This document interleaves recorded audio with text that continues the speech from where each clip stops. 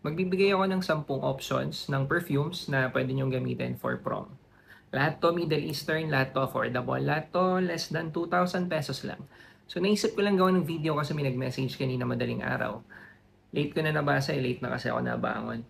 So ang sabi lang niya, nagtatanong lang siya na pwedeng i-suggest or i-recommend na perfume for prom. Hindi naman niya sinabi kung ano yung type of scent na gusto niya. So ako kasi kapag tinanong mo ako kung ano yung perfume na bagay sa ganito, sa ganyan, or na pwedeng gamitin, may mga follow-up questions kasi dyan. Depende kasi sa'yo, diba? Sa personality mo, dun sa, sabihin na natin yung prom, ano yung area, open area, I think gabi naman kadalasan ng prom, diba? Or air conditioned. Tumitingin ako doon kasi tinitingnan kayo sa camera. Nag-record na kasi ako kanina pero walang audio, walang ya. Okay. So nag-backup lang ako ng isang camera para hindi ko na ulitin to kasi pangalawang beses ko na to ginawa. Balik ako. So yun. So hindi ako nakakuha ng mas specific na question. Kaya mahirap din magbigay ng specific na sagot. So ako na lang yung nagkusa na magbigay ng classifications. Nag-prepare ako ng 10 perfumes. So hatiin ko to sa 4 na classifications. Yung una, sexy tsaka mas appealing. Para sa akin, isa to sa pinaka-recommended for parties or for proms. Kasi 'di ba madaming tao. So normally gusto mo yun yung party talaga sexy tsaka mas appealing. Pangalawang classification, dito confident, manly. Yung talagang leaning towards masculine, lalaking lalaki. Pangatlo, playful pero mas appealing pa rin. Yung pang-apat, sophisticated tsaka intimate. Yun, hindi ko napapatagalin kasi sayang yung ginawa ko kanina. So yung una sa video, Latafa Rams Silver. Alternative to JPG Ultra Male. So kung familiar kayo kay Ultra Male, may pagka-bubble gummy, sweet, matamis. Medyo may freshness din sa umpisa pero mas lamang talaga yung pagiging matamis niya. All throughout, may sweetness talaga siya. Bakit siya recommended for prom? Kasi pang party talaga yung ganitong scent DNA eh. Kung familiar ka na sa Latafa, alam mo na Middle Eastern perfume or Middle Eastern cloning house siya na gumagawa ng mga solid na pabango. Excellent copy ni Ultramale. Hindi ko lang masabi na 1:1 sila. Siyempre, ang laki ng difference din ng presyo. Pero yung quality ng juice niya for the price, sobrang okay. Tapos, kung for ganong event nga, prom, okay siya for me Yung tipo ng scent DNA na ini-introduce yung sarili pagpasok sa venue. Ito yung tipo ng scent DNA na pag nasa venue ka na at naglalakad ka, nag-iiwan ka ng magandang scent trail na naaamoy ng mga tao sa paligid mo. Sigurado ako inviting yung scent trail na yan. Sigurado ako mag-grab ng attention. Lilingunin. More on the sweet side, tingin ko kasi mga teenagers, ganun yung gusto eh. So, ang hindi ko pala nabanggit kanina, nung ako kasi, panahon ko dati, medyo matagal na. 15, 16 years old, karaniwang age nung umattend ng prom.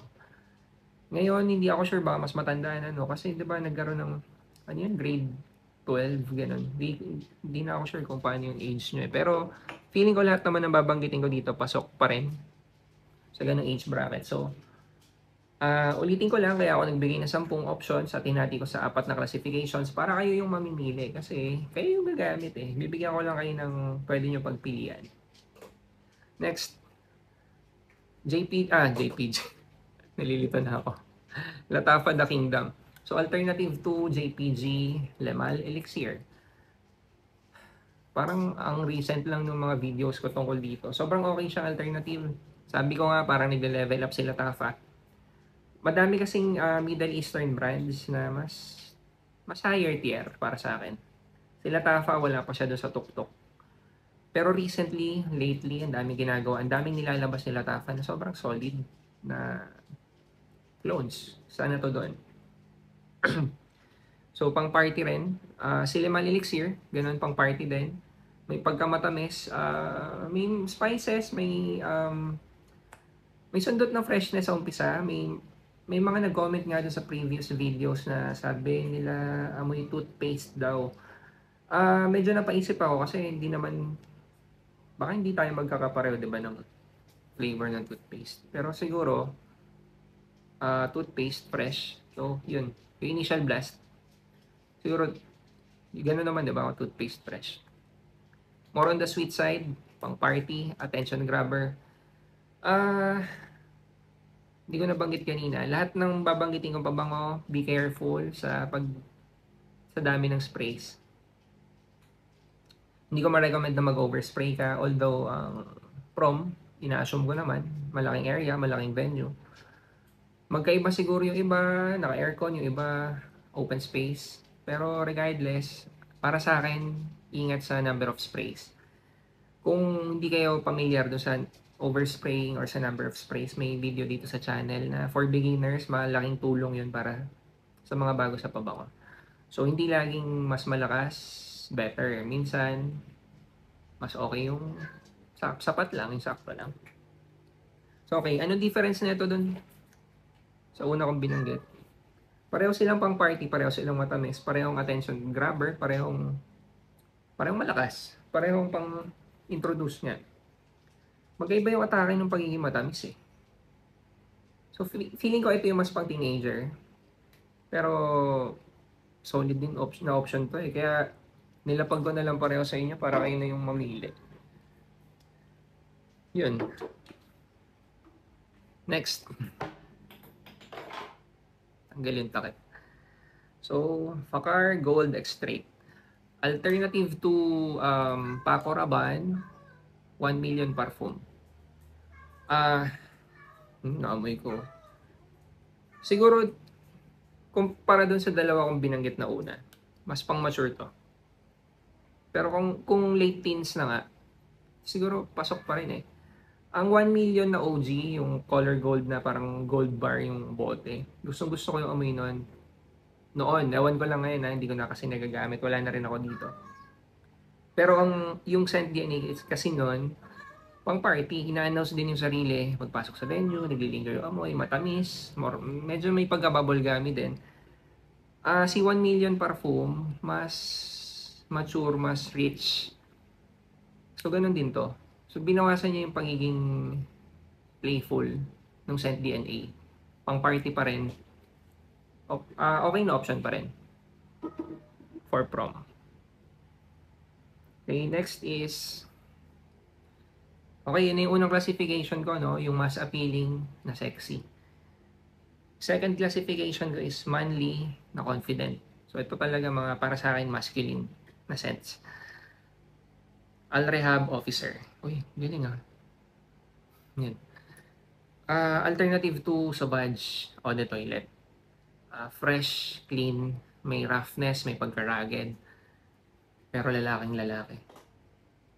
May bagong ligo lang. Lagi ko sinasabi, kung lalaki ka at mahilig ka sa pabango, dapat may Sauvage ka sa repertoire mo. Kahit yung OG, kahit Middle Eastern clone, or kahit nga mga inspired by lang. Para sa akin, lahat na lalaki dapat may Sauvage. So, bakit ko siya ni-recommend? Though may pag-love it or hate it ang Sauvage, no? Hindi kasi lahat gusto yung matatamis. Hindi lahat gusto yung mga ultra male na dating. Yung iba gusto amoy malinis lang. Saka yung iba gusto, yung iba mas nararamdaman nilang lalaki sila kapag ganitong type ng scent DNA. Additional confidence, may roughness, may pagka-rugged. Yun. Clean and fresh, kahit kasi siguro kung prom magsasayawan kayo, no? Gagalaw-galaw kayo. Kung di air-conditioned yung place, pwede pagpapawisan kayo. So, bagay siya doon, diba? Confident ka pa rin kahit pinagpapawisan. Next. Latafa Facar Black. Kamukha nyo isang bote kanina. Tama ka. Kamukha sila. Ibang kulay lang. So, si Facar Black naman is an alternative to sa sikat na linya, YSLY. So, may debate kung whether eau de toilette or eau de parfum. Siguro nasa gitna. Ganun na lang para walang away. Nasa gitna siya. Si Y Eau de Parfum para sa akin is more mature. Ito kasi feeling ko papasok pa rin naman dun sa age bracket ng atin ng prom. Kung si Al Rehab Officer kanina, yung sinabi ko nga Sauvage Scent DNA is more on the rugged side. Clean and fresh na rugged. Ito, clean and fresh na prim and proper. So, yun. Para sa akin, silang dalawa, may hatak pa rin. Hindi sila yung sexy. Hindi ko sila makonsider na sexy. Pero, probably yung ibang tao na makakaamoy from the opposite sex, makonsider pa rin silang sexy. Kasi, wala naman tatalo sa clean and fresh na vibe. Tapos, lalaking lalaki. Yun. So, kung gusto mo yung clean and fresh na manly, yung dalawang binanggit ko, pwede nyo pagpilian. Kung sa ganitong budget kasi yung iba syempre may budget Pero kung ganitong budget lang, less than 2,000 pesos, very solid options yan. Parang, oo, may makukuha pang 1,000 yan So, diba, hanap lang kayo. Pangatlo, dun sa ganong classification, manly, confident, Latafa Asad. Alternative to the legendary Sauvage Elixir. Ito yung mas toned down version ni Sauvage Elixir. Si Sauvage Elixir kasi nuclear, hindi ko siya gusto personally. Para sa akin kasi yung mix of spices niya is sobrang lakas, sobrang strong. Sobrang lakas na sobrang strong pa. In terms of performance, sobrang okay. Hindi ko lang talaga trip yung scent DNA niya. Ito nga, naamoy ko sa ibang tao. Tsaka ko lang na-appreciate. Pero inamoy ko sa sarili ko, hindi ko siya yung dadamputin lagi. Pero nung naamoy ko sa kaibigan ko, may video dito sa channel na gano'n ginamit siya ng isang ka-basketball ko. Tapos naamoy ko sa hangin kasi medyo may distance kami. Naamoy ko sa hangin, sabi ko, uy, okay pala, mabango pala. Kasi nung ako yung nag-test, hindi ko siya type Hindi siya mabango pero may preference tayo, diba? Ng mga perfumes. Pero nung naamoy ko siya sa ibang tao, mas na-appreciate ko. So bakit ko siningit to? Medyo pang mature din siya. Kung teenager ka, mas pang mature siya. Sinama ko siya kasi sabi ko, di ba, yung classification is manly tsaka confident. Hindi mo to pwedeng gamitin ng hindi ka confident. Para sa akin. Hindi mo to pwedeng gamitin kung hindi ka lalaking lalaki. Para sa akin Kasi ganun type ng scent siya. Mix of spices na, sabi ko nga kanina, parang sabog-sabog, parang ang gulo. Kung hindi ka confident at suot mo to, baka hindi bumagay. Ito yung tipo ng pabango na dapat kaya mo siyang bitbitin. Ganun. Mas pleaser siya sa specific na packaging. Packaging meaning ikaw, kung paano mabitbitin yung sarili mo. Kung gusto mo ng perfume na ipapackage mo sa sarili mo, yung confident. Pwede. Ito yung pinaka-confident dito sa line. At dito sa 10 i-mention ko dito sa video. Okay. Scent DNA niya, hindi ko masabing fresh, no? More on spices talaga. Mix. Sige. Pwedeng fresh and spicy. Hindi siya pasok dun sa freshness nung Al Rehab tsaka nung Fakar. Because dominated by spices. In terms of performance, projection, tsaka sillage, sobrang solid. Sobrang solid. Talagang i-announce mo yung sarili mo. Hindi lang siya, para sa akin, hindi siya bagay for close encounters. Bakit ko minention yun ngayon? Kasi kung attend ka ng prom, di lang naman to para i-announce mo yung sarili mo, diba? Sa malaking venue. I-consider mo rin na makikipagsayaw ka.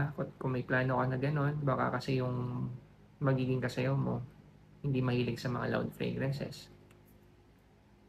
Loud to. Consider mo. Planuin mo din, diba? Ayos ba yan? Okay, next is... Okay, tapos na tayo dun sa manly na confident. Next classification, playful pero mas appealing pa rin. Okay. Latafa Hayati. May isa akong option for this yung bukod dito, yung isa ko sanang pagpipilian, Najriya. Favorite ko kasi yan, personal favorite. Pero naisip ko kung pang teenager at kung pang ganitong event, mas bagay yung Hayati kasi mas playful to, mas fruitier, mas matamis. So, alternative to Invictus Aqua. Kung familiar ka sa Hawas, same scent DNA. Kung familiar ka sa Najdia, same scent DNA. Pero ito yung version na fruitier, ito yung version na mas matamis. Yung sweetness niya, hindi chocolatey, hindi vanilla, hindi gourmand. More on the fruity na sweetness. Yung una ko kasing binanggit kanina, balikan nyo na lang, sa yung Ultramale, tsaka yung Limal Elixir na alternatives, mga ano yun, more on the vanilla na, na sweetness. Ito kasi more on the fruity sweetness. Pwede ko pa rin ito i-consider na fresh, pero more on fruity talaga. So, yan. Yung iba kasi gusto nila, di ba? Or yung iba sa inyo gusto yung hindi masyadong seryoso. Kasi teenager lang kayo, so dapat ganun din yung ibang pag-iisipan nyo, di ba? Parang playful pa eh. Yung, ano pa ba ibang term dito sa classification na to? Playful. Parang ang approachable. Hindi ganun ka-seryoso. Di ba? Okay, next. Versensia Rouge. Maison Alhambra. Hindi na to masyadong pinag-uusapan ngayon. Pero last year, ang dami naming nabenta na ito. Sobrang okay ito. Para sa akin, ito yung pinaka-solid na alternative to Eros Flame ng Versace. Nung ginagawa ko yung konsepto dito sa video na to, naisip ko talaga Eros. Isa yan, Eros. Pang prom, pang party. Kaso si Eros kasi ang dami niya sa linya niya, diba? May iba't ibang variants. May eau de toilette, may eau de parfum, may flame, may parfum pa nga. Kasi nag-isip ako, since Middle Eastern yung atake natin dito, sub 2000, sa Eros kasi ang daming options. Sa Eros Flame, ito lang yung naisip ko na parang sobrang okay. Tapos kinonsider ko, ano ba yung babagay sa kung paano kung hindi ganun kalamigan, di ba? Kung hindi air-conditioned yung setting, pero Eros scent DNA ka. Yung okay. Kasi si Eros Flame, citrusy sa umpisa, scent DNA pa rin ang Eros. So, matamis, yummy. May pagka-powdery. Pero sa initial, fresh. So, ito yung freshest version ng Eros scent DNA na feeling ko bagay talaga sa weather ng Pilipinas. Kaya nirecommend ako sa inyo. Saka, para sa akin kasi kilalang kilala ng mga tao yung Eros scent DNA. Natitaken for granted yung Eros Flame na dapat mas bagay ngayon sa Pilipinas, di ba? Para sa akin. So, yun. At least may option kayo. Yung third dito sa playful na classification, Glacier Bold, Maison Alhambra. Maison Alhambra, Glacier Bold. So medyo ano to, may pagka wild card to dito sa selections. Kasi feeling ko ito yung isa sa huling pagpipilian ng general na population ng mga attend sa prom. So para sa akin unique siya kung ito yung gagamitin mo. Wala kang makakapareho. Wala kang makakaparehong amoy. Para sa akin conversation starter siya kasi yung uniqueness niya, may coconut, ang tropical. Pwede ko sabihin fresh, hindi lang amoy bagong ligong freshness Pero pasok pa rin siya dun sa pagiging fresh. Pagka matamis. So para sa akin, ang playful nung scent DNA niya, pasok siya dun sa ganong age bracket na attend ng prom, pasok siya dun sa prom mismo. Kaya ako nasabing conversation starter kasi ilang beses ka makakaamoy nung ganitong klaseng scent DNA na manly pero may coconut. Ako kasi parang wala akong maalala na meron si Sauvage, si Eros, si Ultramale, ang daming beses mo pwede magkaroon ng kaparehong amoy.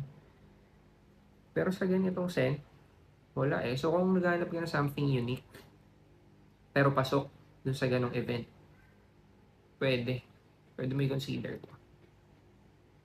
Yun. Okay, pang-sampu na tayo. Bilis lang, no? So itong pang-sampu na mention ko kanina, hindi ka naman na-attend doon para i-announce lang yung sarili mo sa venue, sa lahat ng tao. Yung iba sa inyo attend doon na tahimik lang, maghanap lang nung hintayin lang yung sayaw. So, nag-add ako ng something for intimate, for close encounter. Dark Door Intense, Maison Alhambra. Alternative to Dior Homme Intense. Yung Dior Homme Intense, kasama yun sa top 10 perfumes ko na go-to. Bagay siya for date night. Same na ito. Iris. Iris yung note niya na very prominent at doon siya talaga sikat. Ano siya floral na manly. Parang para sa akin ang mysterious. Bagay na bagay ito sa formal. Di ba karaniwan naman formal kapag prom. Oo nga no, dito pala sa mga napili ko parang ito yung pinakabagay doon sa ganung get up. So, hindi siya nowhere near siya dun sa playful. Hindi ko rin siya ma-consider na fresh out of the shower. Pero bagay talaga siya for close encounter. Pang romantic. Tapos, very inviting yung sillage. Difference nito dun sa OG, hindi ganun kalakas yung projection. In terms of performance, medyo mas mababa siya. Pero yung sillage niya, okay pa din. Nag-iwan siya ng okay na scent trail, na inviting, na magugustuhan din ng mga taong nakapaligid sa'yo. So, na-imagine ko talaga dito pagkain. Sa'yo na.